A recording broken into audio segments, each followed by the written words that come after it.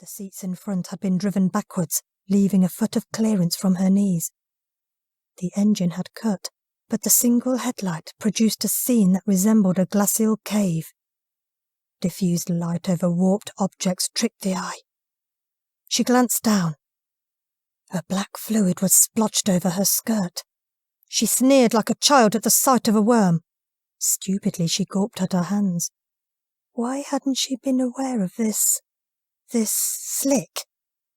She emitted a groan. She turned her hands over and over, but they gave nothing away. Warm, sticky. Nancy reared back. She flapped her palms against the seat beneath her, crying out. She could feel no pain. She could find no wound. The source of the blood continued to elude. Somehow this troubled her more than the sight of a gash. There has to be something. Perhaps a nick, a scratch. Why was the wound hiding from her? Where was it? The fabric of her skirt slapped against her flesh as she peeled the hem from her thighs. No pain, no pain. Legs unfurling, legs working. Could this be the shock? A black silhouette kept prodding at the corner of her eye. She knew the instant before she locked eyes with the sight that Leon was dead. Above the line of his headrest, Leon's cranium protruded. His right ear should have formed the apex, but a ragged piece of flesh took its place. The cant of his head insisted his neck must be broken. A section of the mainframe enfolded the steering wheel. Part of it had clashed with his chest. From here she couldn't be sure.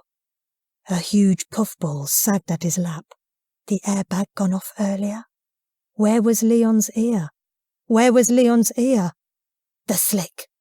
Nausea reared up. Nancy seized the door handle. A film of blood coalesced at her fingertips. Her tongue thickened in her mouth, and her breath condensed upon the window. Fractured glass closed her in. On the outside, she saw another self staring at her. Blood smeared the glass as she cleared the mist with the palm of her hand. The limo was a tomb. The only object of colour was her face looking out into the rain. She could not hear herself. She was wiping the window, but her hand made no sound. Her breaths made no sound, only the hiss of the rain. Someone was watching her from behind. She could see his reflection in the window. Nancy's pulse nudged at her throat as the cab swam around her.